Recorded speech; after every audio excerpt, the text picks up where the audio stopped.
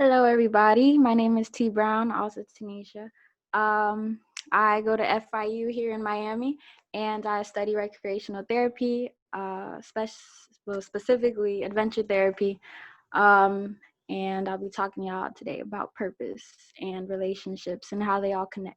How has your culture changed your perspective on life amid a pandemic? Amid the pandemic, honestly, beforehand, I also being like a young age, I'm 20 years old. So I thought that my voice wasn't necessarily one that would be heard or one that really mattered. But then slowly but surely, I realized it really doesn't matter what your age is, where you come from, anything. If you have a voice and you want to say something, then you need to say something. How we basically progress to actually see change within our community is something that taps into that purpose aspect that I wanted you to touch on. That's Tremendously. amazing. That's amazing, and I appreciate that because I can also say that with purpose comes tremendous passion, and I think that your passion exudes in your actions and your words that you exemplify as a young lady. So how has some of the passion trickled over into the adventure therapy that you're trying to specialize in as a recreational therapist? No, it's different from being a black male than a black woman and then a black disabled individual. It's even worse, and no one really sheds light on that.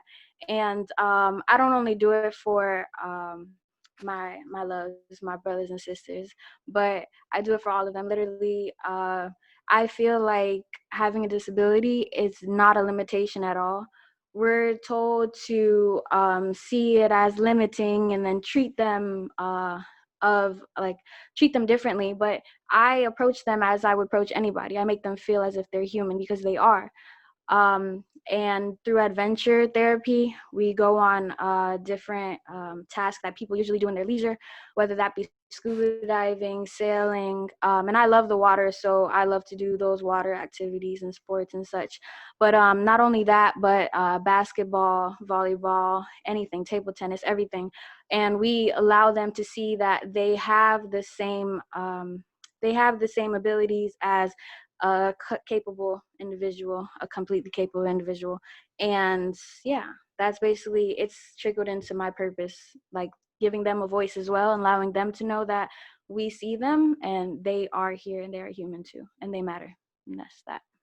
Talk about how empowerment has changed for you given the social injustice and the police brutality that lurks around us.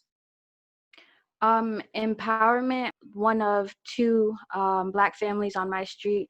So it's always been a cultural divide for me. And at the end of the day, I know and I understand that I am who I am and they can't move me. They can't get me out of this neighborhood. That's how empowering it has been. And I have gained utmost respect from many, and I've also had to put some in their place because honestly, like, we're not dealing with that now. We have to put our foot down and get to where we need to get. And that's what I like to preach. Hmm. That's dope, and I appreciate how you take that firm stance and you allow yourself to be that voice that has to be heard and will be heard. One of the things that I wanted to tap into, right, is how you've been able to overcome like the worst points of adversity or challenges in your life to see a brighter, future for yourself as you continue to strive for it today. Hmm. Adversities. Growing up, I really tended to try and mold with everyone.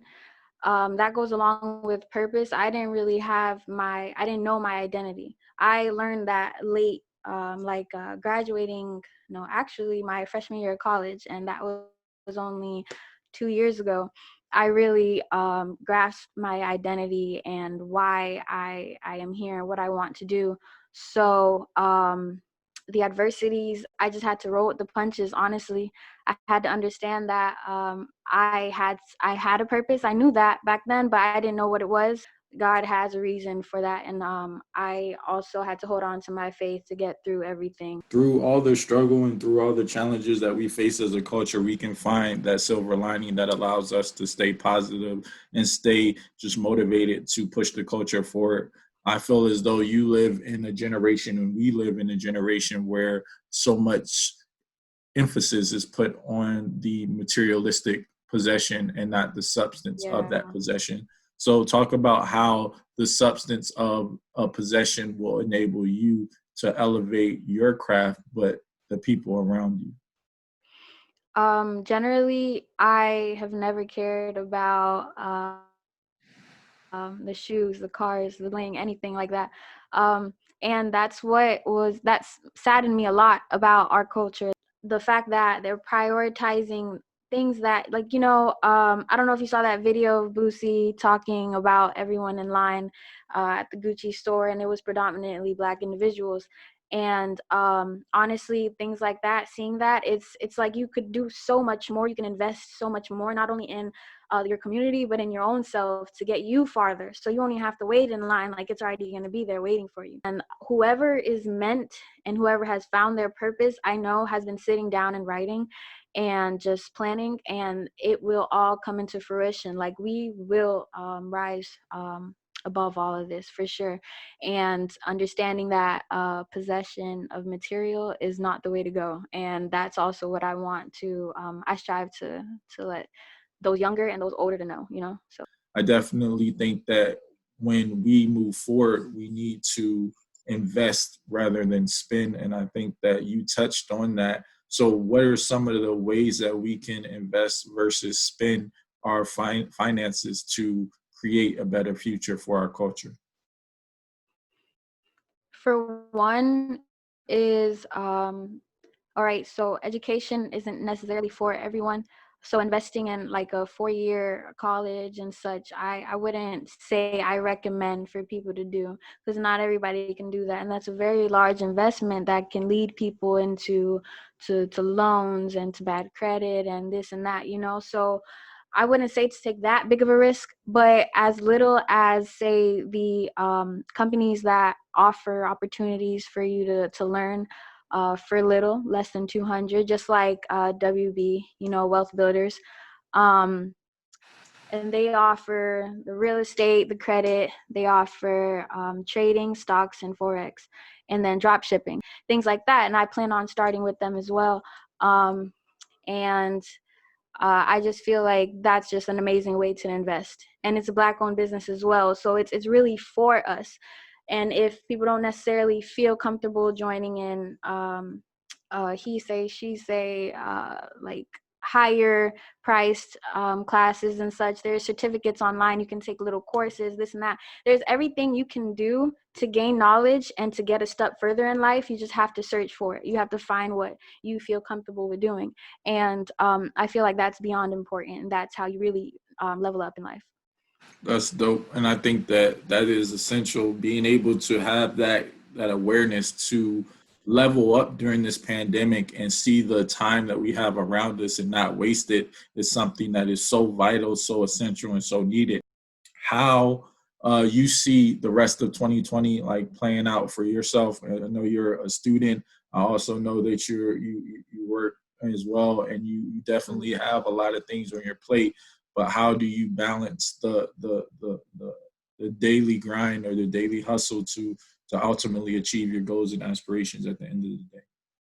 All right. So I thank you for acknowledging that. And I know that we have 3 more months, I think, in 2020.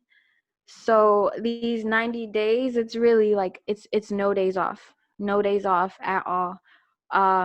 We have to get this done. And like, I understand that, and I'm going to make it happen. That's basically how I have to keep on reminding myself that this is for a reason. This is to work now for these 90 or 100 so days. And that I won't have to work from when I am 40 and on. Hopefully, even before then, I can stop working and just take a step back.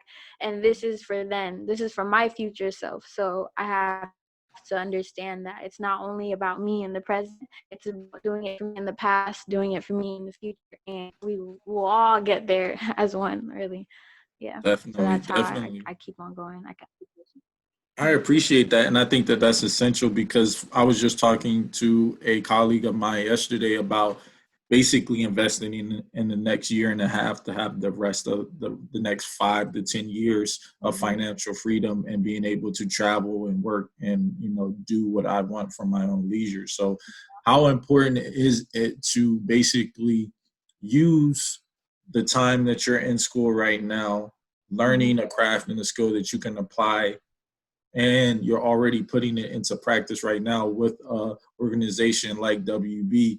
How Mm-hmm. critical is it to avoid all distractions and focus on the goal at hand to elevate your grind for like the next 5 to 10 years down the road? When you get that degree, you could just flourish right from there with no student debt, And no anything. mm-hmm. Um, I have to keep in mind that, for one, I do have a 9 to 5 for now, not for long. That's 4 days out of the week, and that's 8 hours each day. Then I have school, and then I have learning the trade, learning real estate, learning every other skill that I want to gain and have under my belt that I can fall back on. Because again, but one form of income, that's not enough anymore it's only enough to just get by, maybe sometimes not even. So having other accolades to fall back on, and accomplishments and certificates, like to be able to hold up and say, I can do this if this is not going right. And that's also what this pandemic taught a lot of us, not being able to work, but others just picked up their phone and was able to continue their grind. I admire that so much. I've come to meet many mentors that have done that and have put that into a better understanding for me and something to actually model. So for these next 100 and so days, that's what it got to get done. Like, it got to be work, school. I have my podcast starting, Honey Drip Line, on Instagram. If anybody wants to follow that, please do. And that would not alone will have my purpose. I'll be walking in my purpose, but I will also have these other aspects forming around me, and soon that will be bigger, a part of the bigger picture, and I'll be able to go on based on that. Mm-hmm. I'm excited for you, and I think that you definitely have that aura and that charisma that is definitely going to be welcoming presence in the future generation. So I really appreciate that. And as I let you go, and as we kind of wrap up this interview, I wanted you to give you some time to kind of basically drop some gems and drop some advice for people that want to be in your shoes or that don't have that courage to take that step or that faith, the actionable step to actually put their words and their thoughts into action. So what would you say to someone out there that's listening or watching right now? For those that I have around me, mostly everyone between my like around my ages, from 18, not even 18, just saying 23 and younger. That's all I can speak on. Being in college, that's normally the age in the setting. Um, Imagine this for the men. You guys may spend 7, 8 hours, I don't know, behind a PlayStation or Xbox, whatever. PlayStations are better though. Um, Behind that screen for that long in the day, and you could have been making money some other way. For females, you guys are spending $400, $300 on wigs. You could have invested that into your life. Like, imagine every single decision you make is one that's going to shape your future, and it changes it as you walk. You have to go into everything you do, every activity, every decision, knowing that there is something bigger that you're supposed to be reaching for, but some decisions you make may get you farther and farther from that as you fall deeper and deeper into the temptation of material, the temptation of relationships that may not even get you there, or you get lost in certain things. And just to stay focused, to learn yourself physically, spiritually, and it will get you so much farther. Yeah, that's just my gem there. I'm super excited to see what God has in store for you, and thank you so much for joining this interview series. And I definitely want to commend you on everything you're doing. Thank you, I appreciate you for having me here.